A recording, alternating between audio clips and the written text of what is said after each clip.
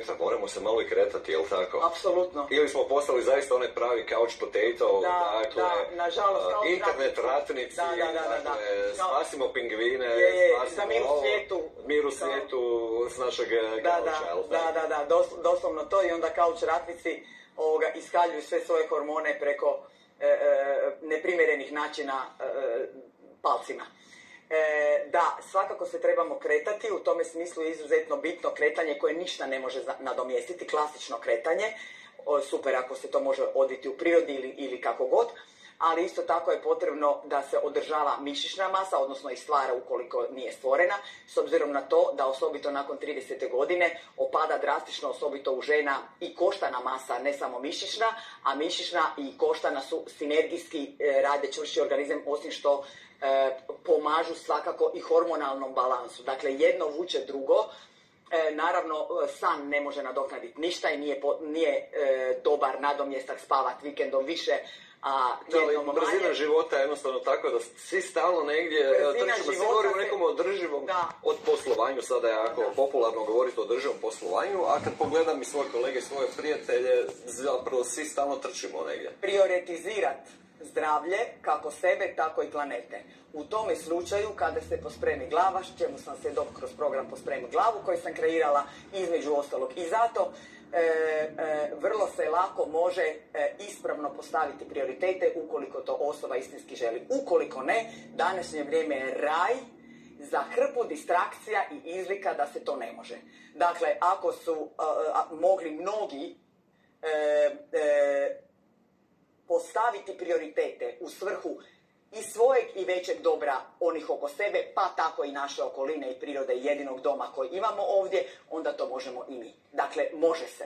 Ja, opet kad pogledamo djeca, na djeci naravno svijet ostaje što govorimo, a djecu, dakle, šopamo brzom hranom, sokovima i dajemo im mobitele. Dakle, kako bi...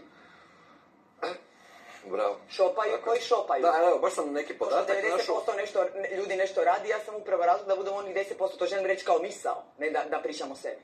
Ali baš sam našao podatak, dakle, prije 2 godine u Hrvatskoj je bilo pretilo, dakle, skoro 29% žena, što predstavlja povećanje od skoro 15% u usporedbi s podacima od 1990. Dakle, Rado ću to prokomentirati, Rado, ja sam isto bila pretila, bila sam i premršava, i anoreksična i debela, da to tako kažemo lijepo narodski.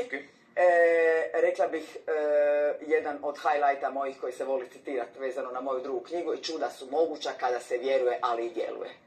Dakle, nemojmo se izvlačiti na genetiku, kako je popularan izraz, nurture was a nature. Ja bih uvijek rekla nurture, samo odgoj. Ok, ako mi je nature, priroda, genetika dala podlogu da budem debela, kao što je dala meni, još na to sam emocijama, hranom hranila emocije i tako dalje, da pače, nema nikakvih problema. Uzet ću to što sam rekla na početku emisije, afirmirat ću svoj izazov, potvrdno ću odgovoriti na to da imam veći izazov nego netko drugi koji je odrastao u gimnastičkoj obitelji i nema takve probleme kao što imam ja, i baš ću to iskoristiti, tu lošu podlogu, lošu startnu poziciju, da budem kornjača, neumorna i pretrčat ću zeca. I to je ono što se dogodi sa neumornim kornjačama koje ne traže izliku. Dakle, može se... A izlika ima puno, sad u zadnje vrijeme, naravno, pa di su tu, imam djecu, pa imam muža, dakle... Apsolutno, imam ovog, imam onog, naravno, nema opće problema, znači danas je... A ne možemo čak ni baciti to, ono, nije ti reciklirati za početak. Da, naravno, ništa ne stignemo, sam jurim na autopilotu, ko luđak. I onda dok ne stane mehanizam.